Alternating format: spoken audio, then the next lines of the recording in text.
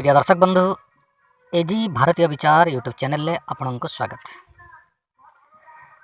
आज आलोचना जड़े भक्तों जीवन एक कौतूहलपूर्ण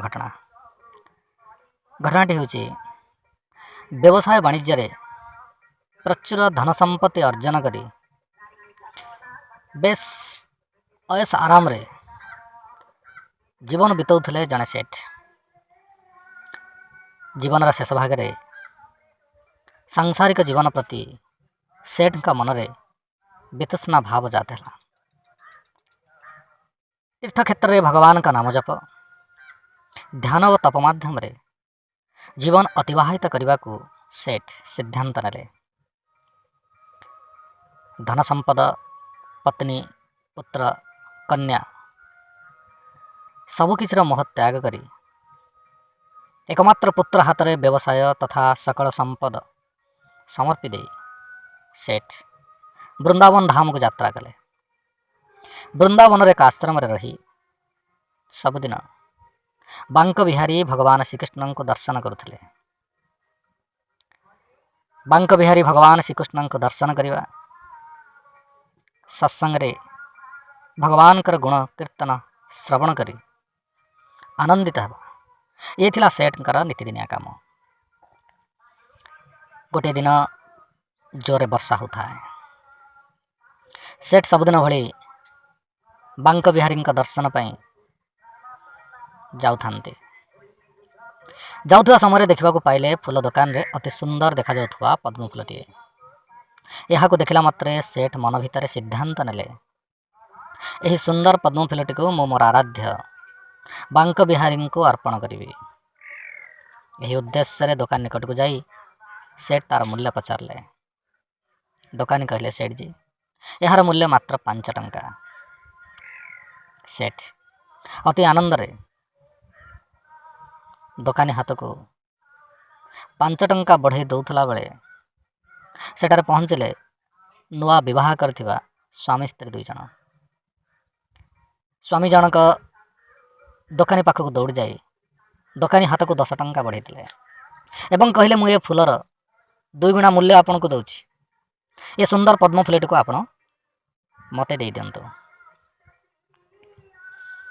सेठ जी तत्क्षणात निज पॉकेट रे 20 टंका बाहर करी दुकानी को अनुरोध कले मु ए फूलर 4 गुणा मूल्य दबा को प्रस्तुत ये फूलटी को तुम्हें मते दे दियो। स्वामी जनक पॉकेट रू 50 टंका बाहर करी दुकानी हाथ को बढ़ाई देले एवं दाबी कले मु ए फूलर 10 गुणा मूल्य आपन को दउछि आपण ए पद्म फूलटी को मते दे दियंतु।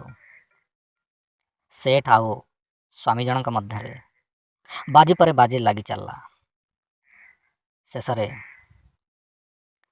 अति अविश्वसनीय भाव रे फूलर मूल्य पहुंच जाइथिला 50,000 रे। सेठ ओहर जीवा को चाहु नथिले कि स्वामी जनक मध्य छाड़ीबार नथिले जेहेतु तांकर पत्नींकर यह पसंद थिला।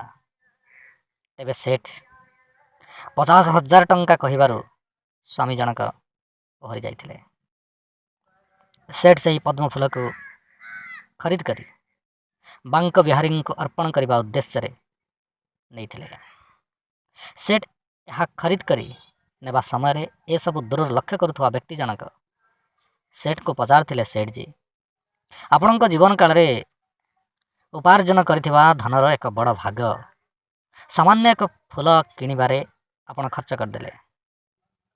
सेठ हसी कहिथिले मो मने मने भाविली जदि स्वामी जनक तांक पत्नी को संतुष्ट करिबा पई प्रेमवशतः बाजी लगाई एते धन देई ए पद्म फूल टिक को किणी नबा को चाहुचंती तेबे मो मोर आराध्य बांक बिहारी भगवान श्रीकृष्ण को श्रद्धा भक्ति प्रेमर प्रतीक भाव रे तांको समर्पण निमित्त कहीं एतिकी करि परिबिनी।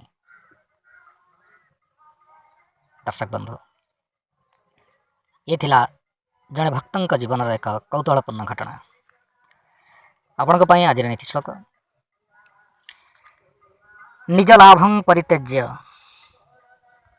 परार्थं साधयन्ति जे साधवस्ते हि कथ्यन्ते सर्वलोक प्रशंसिता अर्थात जो माने निजर लाभ परित्याग करी परोपकार करते से माने साधु अटंती सुतरां से माने समस्त लोकंक द्वारा प्रशंसित होइथान्ते।